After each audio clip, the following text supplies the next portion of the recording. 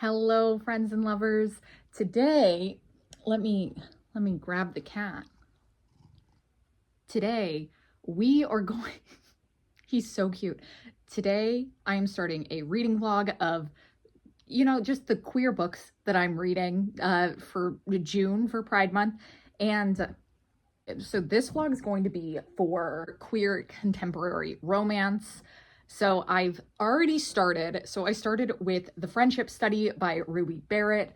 This is interesting. I won't say I'm absolutely like live, laugh, loving this. I think I'm about like 35% of the way through. Some of my issues I think are actually why this book is gonna work for the majority of people that it works for.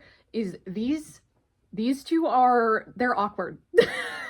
They're awkward and kind of like struggling to connect, because this whole thing is about them struggling to make friends in these really difficult times in their lives. Our heroine, Lulu, she's just been cheated on, and she was cheated on by her boyfriend with her best friend. And she's moved home to work as a professor at the same university her father works at, and she's living at home. So she feels very like stunted in her growth, and she's like 30, and she just feels like this isn't like where she's supposed to be in her life. And she's also hesitant to make friends because obviously the last great friendship she had kind of ended in betrayal. And so you kind of see why they're like trying to connect, but it's almost like cringy to watch it happen. Where the dude in this, he's an ex-firefighter. He sustained an injury, so he can't be a firefighter anymore. He works in security, and he's like a little let down because he used to feel like he was like part of this firehouse, part of this like almost like found family, and now he just doesn't have that, while his grandfather who raised him is dealing with like Alzheimer's. And our hero has always been like a little more serious, like a little less, bubbly. And so it's been really hard for him to like go through this time. And they both end up joining this study together about friendship and about how it affects your body, like medically. And so they're not supposed to, hook up or be together. But before the friendship study, they go on this very awkward blind date together. And that's how they meet. And it was so uncomfortable for me to listen to as someone who suffers from secondhand embarrassment. But it's not because in a normal way in which I get secondhand embarrassment in traditionally published romance novels is usually the girl does something like, ooh, I'm quirky and socially awkward. I'm not saying Lulu is not quirky or socially awkward, but it just didn't feel the same vein. It definitely felt like they were both like trying to connect with each other, but it was almost like missing. The hero in this, like he thinks he's like easier to read than he is. So he's coming off kind of like not great in this. Like he seems uninterested from like Lulu's perspective, but then in his perspective, he's like obsessed with her. So it is like entertaining and funny, but yeah, so I'm hoping over the course of this vlog, we're going to do like 3 or 4 books, see how much I can get done, because really we are racing against the Libby Holds clock because I am awful and I took out way too many Libby Holds and I will never learn my lesson.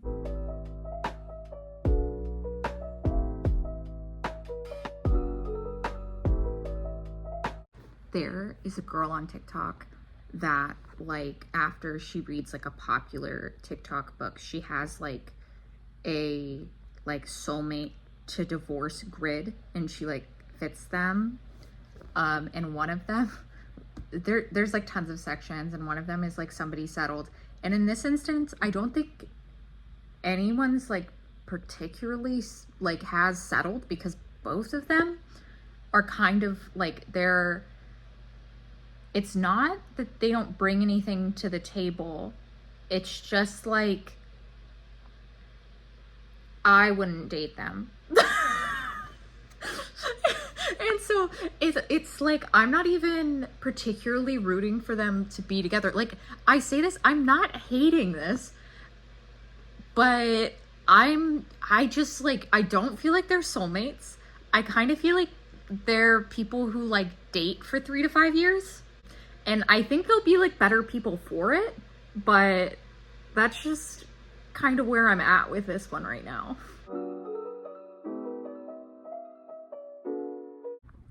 Good morning, besties. Okay, so I finished the friendship study last night. I was a little too in my feelings to talk about it, not because of the book, just to be honest, like I am gonna start putting some, I'm gonna say lifestyle stuff. I'm just going to be complaining about the fact that I'm unemployed during these. It is not lifestyle content unless the lifestyle of being unemployed is content. I guess it is. So we'll do it. But I've been unemployed for the last 2.5 months, and I just am at the tail end of finishing a certification I've been working on. So when that's done, I get to apply to jobs, and I feel like it's just been, you know, like having me in my feelings. So if this is a little chaotic, it's just you can't control your mood when you have to sell your labor to eat food. So anyway, today is actually Bridgerton Day, so I ordered Dunkin', so we're gonna do this update quickly before my Dunkin' gets here. But I have a little man. A little man has joined us. We'll just let him hang out here. But yeah, so I finished the friendship study last night. It was like, I hate to say that I'm gonna give it like a 3.5, but I do feel like a lot of people are gonna feel differently than me. I feel like I personally am very sensitive to people who like this did have miscommunication, and sometimes miscommunication makes sense. And I feel like in this case, it does make sense. And that wasn't even what I feel like lowered this for me. I honestly feel like these two characters just like don't know themselves, and this is kind of like a journey of them discovering themselves, or maybe rediscovering themselves after like these big things happen to them. But I'm someone who just so firmly knows who they are. Do you want to get up here? Yeah. Why are we messing around? There we go. Oh my God. So I'm thinking at 3.5, and some things I did really appreciate about it is, so Jesse hurt his leg in a car accident, and so he had to stop being a firefighter. And so he does in the book occasionally use a mobility aid. And I really liked how it wasn't like, it was treated like very normal. Like it wasn't, I don't feel like it was like pointed out in a weird way. He does get a little self-conscious about it at one point, but I really appreciated that that was in there. And then Lulu, our heroine, she also discovers she's like neurodivergent during this. So there was some things I really appreciated that felt like very like raw and organic and came off like very naturally, because sometimes I feel like authors in romance particularly will put something in there, but then it's like they're beating you over the head with it instead of just making it be like this is a normal part of life. And so I really appreciated that. I've already started the romantic agenda and I'm enjoying it. I will say I didn't know that. So in this, it's a girl who's like in love with her best friend, but I didn't know that best friend was also her boss, which kind of just like, I don't know. I don't really like office romances. They do go on vacation immediately in the book, so it's not like they're in the office that long, but I was still just like, like I don't love it. I'm not loving that. I'm interested to see how this pans out. I know and I've heard through the grapevine that this has asexual representation, and I haven't seen that yet. I'm hoping to see that because I definitely want to read more books that have asexual representation. So if you've read any that you've liked that have had asexual representation, whether it's romance or not, let me know.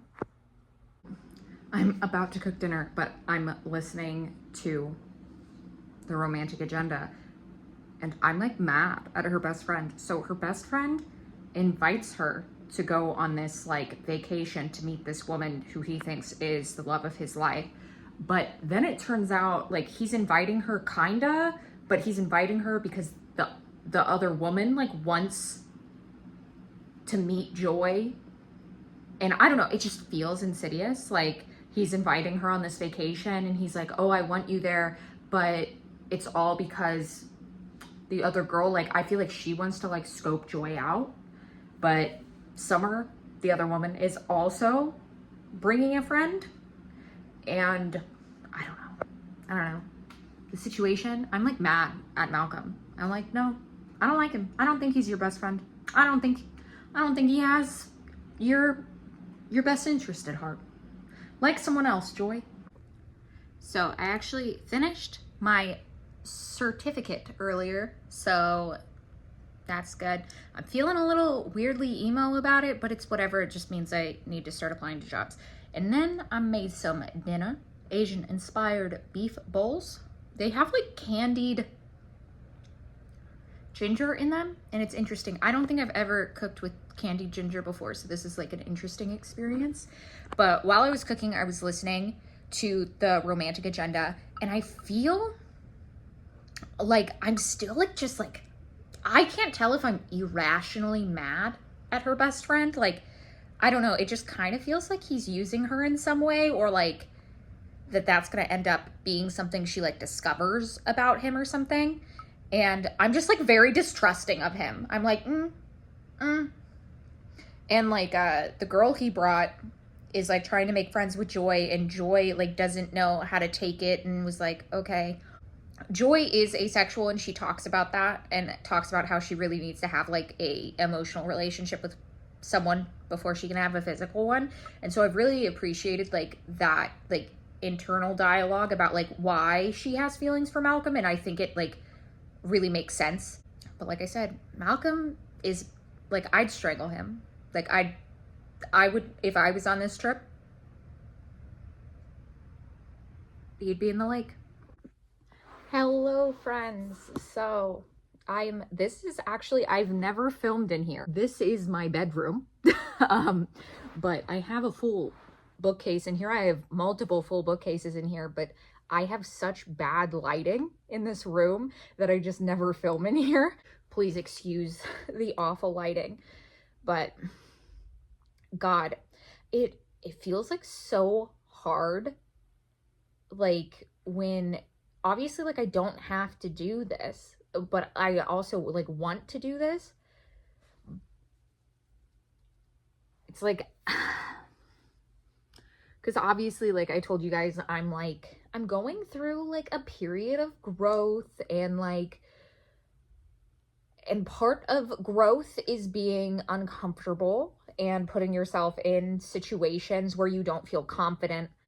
Say all the negative things about my last job that I will say is I was very confident doing it. So when I left, I was obviously leaving more than just a job, but it's just like left me in this period where I feel like I'm like going through a lot of emotions. And I left that job at the end of March, and it's still just like, I feel like I'm still like processing that job. Like it was like lightly traumatic, but I'm in a stage where I feel like ready to start pursuing a new job, but it's also like scary because you like live in fear of things that have already happened, even though you know like statistically like things like won't repeat themselves in the same way. And let me know if you guys are okay with me putting more life stuff in here, because I'd really like to talk about like my job search and stuff like that, because I think there's a lot of people who go through these very similar feelings, but it's really hard to capture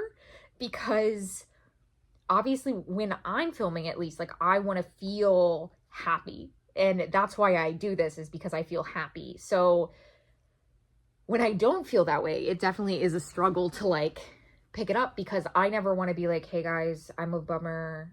But I finished the Romantic Agenda. I actually, even though I will say I was pretty mad at Malcolm almost all the way up until the end, and I definitely think this will resonate with a lot of people, and maybe even people who are closer to their 30s, maybe 35, where you've had a lot of friendships and had relationships that mean a lot, but aren't sometimes like what you felt they should be, and then you come to the realization that like, oh, like it's all right that this went the way that it did, because like things that are meant to be need to happen. So I actually really appreciated the emotional growth that not only Joy goes through, but also Malcolm goes through, and you get to see that. But I will also say I really loved the hero in this, Fox, the guy Joy ends up with. That isn't a spoiler. This is a romance novel. Because I felt like he was very caring and he was very understanding of like having complicated relationships. So that's why I say I feel like people who are maybe closer to 30 will like connect to this story more, because I think when you get older, you realize like how many things like mesh differently than when you're younger, and things feel more black and white. And then you get older and you realize like nothing ever makes sense. Am I being depressing? Gianna. I really ended up enjoying it, and I will say I was like mad angry listening to this in the beginning, because I just went through so many feelings about worrying that Joy was being manipulated or being used. And I don't think those feelings totally went away, but I think you see like how this happened and how complicated the relationships in this book are.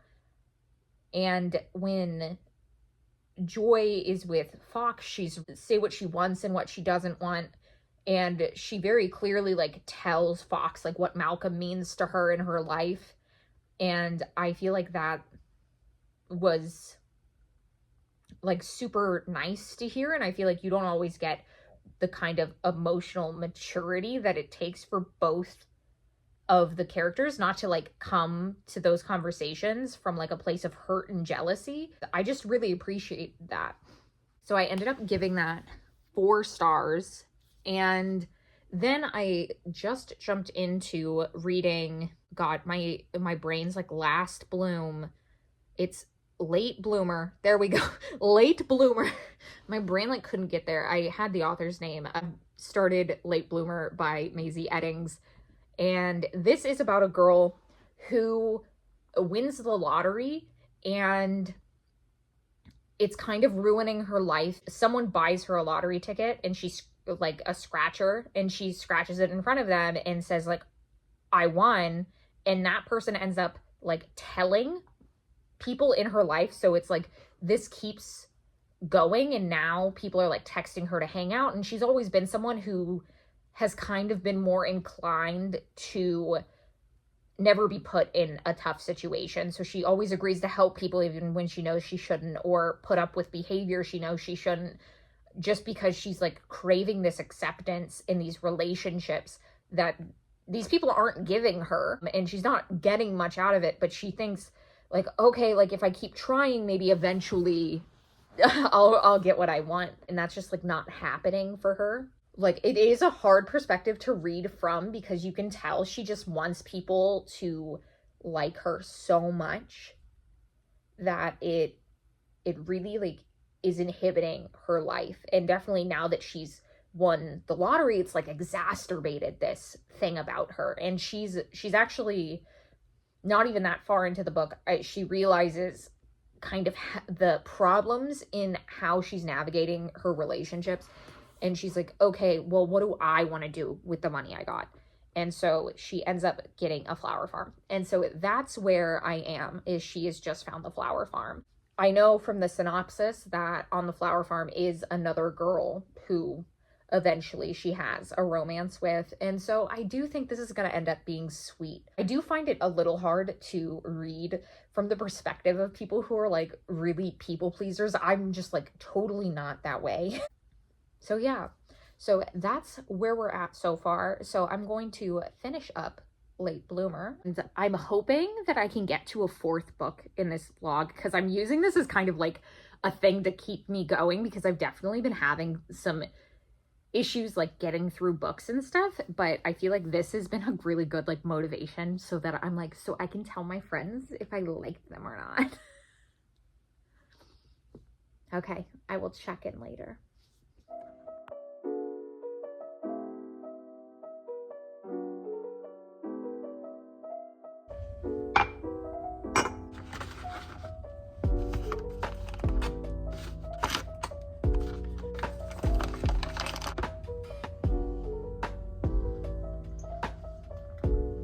Okay, we have to do this very quickly because I'm going to Taylor Swift drag brunch. So take it in.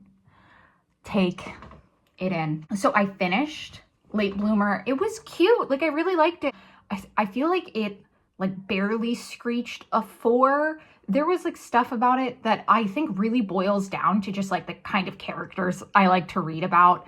And it was really nice that they like built confidence over the course of time. Like, that was really nice. I just wish like one of them had been a little less wishy-washy. Like, both of them, like, I felt like had a lot of insecurities, and I guess I'm just like, how's that relationship gonna go, babes? And I of course love a good sapphic good time surrounded by flowers. It did make me spend multiple hours last night decorating in The Sims because I was like, what if I made a sim who was really into flowers? So it did send me down a rabbit hole in that way. So the last book I want to read is Truly Madly Deeply. This is about 2 people who start a podcast together. One of them is a divorce lawyer and the other one's a romance novel writer. So one of them very much believes in love and the other one's like, love goes to die. So it should be really fun to get into. But anyway, I'm going to head off to drag brunch now, and I will give you my Truly Madly Deeply thoughts later.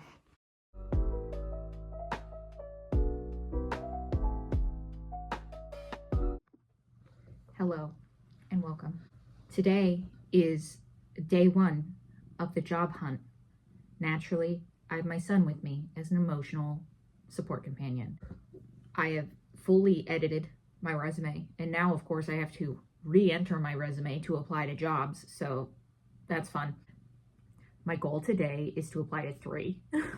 And this week, my goal for like my first week of job hunting is just to like swing big. Like, I want things that are like more money than my last job. Like, this week is not for settling. It is not for doing something that I've done before. It's for new, exciting things. And we'll see if I get any hits. If I don't, I don't, you know? It's gonna be what it's gonna be. I have my first job picked out, and I'm gonna apply to it, and I'm gonna do it, and we're gonna get it done, and I'm gonna get employed so I can give my son what he deserves. We did it! Okay, we applied to 1 job. She's new! So after 2.5 months of being unemployed, Mama's finally doing something about it. So anyway, so this is going to be a reading update. I started Truly Madly Deeply, and honestly, I'm kind of obsessed. Like, it's one of those books that every time I pick it up, I end up listening for like longer than I intended it to. Like this morning, I was like, oh, like I'm just going to make a cup of coffee. And I usually like listen to an audiobook when I wake up, make a cup of coffee, make breakfast, and then I sit down and I'll either physically read or, you know, like dick around on TikTok or something. But this just like, I was just sitting there with my coffee being like, and what's going to happen next? These 2 have such good banter. And for a while, because this was marketed as like LGBT, so I was like, okay, where is it? But they're actually both bisexual, and they have a really good conversation about it. Because the girl in this, Truly, she was like, I don't feel like I can really speak on being bisexual because I've never been with a woman. And he was actually very like reaffirming and was like, that's not really like, that doesn't really matter. You know, like that's not what being bisexual means. So I really appreciated that and those conversations. And I really like that like they both are, so they can kind of have that like same experience. And he even broaches the topic of his ex-girlfriend actually had a problem with him being bisexual as a man. And that's something I hear of a lot from a lot of bisexual men who date women is that there's like women who will have problems with them being bisexual. So I really appreciated like them having that conversation. And I'm really looking forward to how this is going to end. So they are working on his sister's podcast where they do like a segment where they give dating advice, and he's a divorce lawyer and she's like a well-known romance novelist, and he reads one of her romance novels and is like, this is amazing. And I'm obsessed with him. I'm sure you can't tell. And they just have like such good banter, and they like call each other on their shit, and that really works for me. So this is just making me really happy. And so I'm hoping to send 2 more job applications and then hopefully finish this book today. I'm like honestly been so excited, and this has been a really good way to like, I feel like jumpstart me back into reading, because I had like really slowed down, and just, I feel like you could see like in this video, my emotions have kind of been all over the place, and it's been a little tough to like nail myself down and be like, okay, like do this, especially like when you're anxious and you just want to keep doom scrolling on your phone forever. But anyway, today I'm feeling good. I feel happy. I feel uplifted. So let's keep it going. Even though I wish it wasn't like 90 degrees today, because I would love to go on a walk. Like I feel like that would make my mood even better. But I'm just going to wait until maybe the sun starts going down, and then I'll go outside for a walk then. That's the great thing about being unemployed. I have nothing but the day, you know? So I finished Truly Madly Deeply. I really wanted this to be 5 stars because I read it and devoured it like it was a 5-star book. But so number 1, let's hype this man up. He was a simp. He was weak. He was weak for her. He was obsessed. He was down bad. He was on his knees begging for her to let him love her. Like it was so good in that regard. The thing that didn't work with me, and I think this is actually an audiobook issue. If you're interested in this book, I might suggest that you don't listen to this on audio, because the like sexy talk, I'm so sorry to that man. Also, at the end, I'm not gonna lie, they made a comment about him being 5'8", and I just couldn't take him seriously after that. And I don't really care about like how tall a guy is. Like my boyfriend's the same height as me. It's whatever. I don't really mind that. Like I would date a man shorter than me. But for some reason, like trying to picture someone who's 5'8" saying all of these dirty things was like really hard to like connect to. I was like, what's happening right now? So I had a good chuckle last night.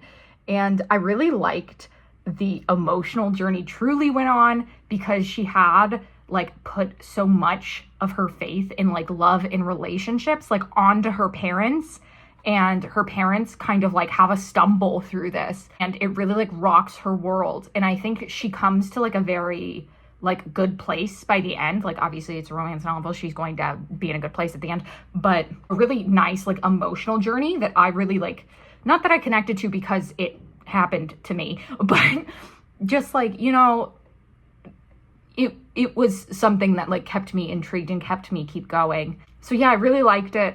Like if I did like 0.25 stars, this would be like a 4.25. I would have to say like Truly Madly Deeply and then The Romantic Agenda, those 2 were my favorite of this series. I will say I'm still like, I feel like I'm still processing some of the stuff that happened in Late Bloomer.